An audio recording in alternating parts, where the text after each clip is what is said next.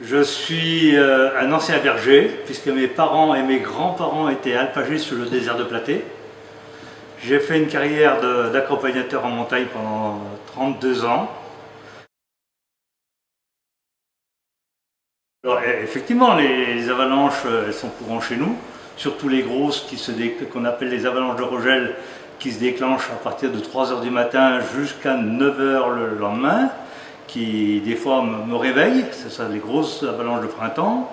En ce qui concerne les glissements de terrain, entre le lac Vert et le Châtelet, autrefois il y avait un chemin qui montait en pente régulière.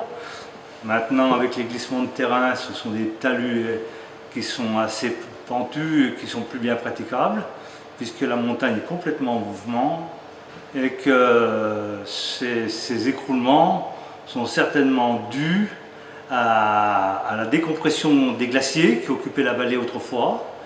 Et maintenant, le terrain s'écroule, donc il y a une partie qui est au-dessus de Plainview qui s'appelle le Dérochoir, qui porte bien son nom, qui s'est écroulé de nombreuses fois, donc principalement 3 fois de mémoire d'homme, et dont l'arrêt des écroulements est continuellement, surtout tous les printemps, on trouve des gros blocs qui sont posés sur la neige et qui disparaissent après au printemps. Quand la neige s'en va, on ne reconnaît plus. Voilà, c'est une érosion perpétuelle, lente mais perpétuelle. On voit maintenant des différences, mais surtout peut-être dues au réchauffement climatique. On voit des oiseaux qui sont plus hauts que d'habitude, on voit des végétaux qui montent plus haut que d'habitude.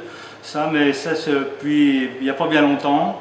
Et puis aussi, il faut dire qu'on évolue aussi. Alors à cette époque-là, vu de mon temps, chacun savait prendre ses responsabilités. Chacun les assumait, il faisait bien, il faisait mal, il en était responsable. Maintenant, de plus en plus, la société elle est en train de mettre une barrière, protéger tous les individus. Et on en parle de plus en plus, et maintenant on en parle aussi en montagne. C'est bien dommage parce que la montagne est maintenant le seul espace de liberté. Bien entendu, je ne suis pas contre le coup de gueule qu'a donné le maire de Saint-Gervais cet été, puisqu'il y a des gens un peu farfelus qui ont mis en danger leurs propres enfants. Là, j'approuve tout à fait le maire de Saint-Gervais. Comme dans les années 85, aussi quelqu'un qui avait fait hisser une auto sur le dôme du Goûter pour redescendre de Mont-Blanc en voiture. Il n'est pas allé bien loin, mais enfin, ça, c'est de la responsabilité du pilote d'hélicoptère. Maintenant, on a peur de tout.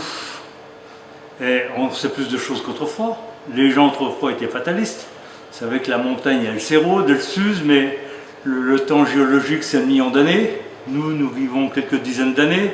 Donc, il y a peu de chances d'avoir un risque majeur, bien qu'il soit toujours présent. Il faut reconnaître qu'avec le réchauffement climatique, les guides, il y a 2 ans, ont laissé un lourd tribut dû aux chutes de pierre. Et ça, tant que les montagnes existeront, les montagnes s'écrouleront et il y aura des chutes de pierre. Mais plus lors de réchauffement, puisque le permafrost disparaît, c'est le gel des montagnes, et les montagnes se détachent plus facilement, les pierres se détachent plus facilement. Alors, en tant que professionnel de nature, qu'on soit accompagnateur, qu'on soit guide, la première chose que l'on doit à ceux qu'on emmène, c'est d'abord la sécurité. Ça, c'est la priorité. On doit aussi l'accueil et le confort, mais c'est surtout la sécurité. Il y a peu de gens qui disent le marteau va tomber, évidemment qu'il tombera un jour le marteau, hein. Mais quand, voilà.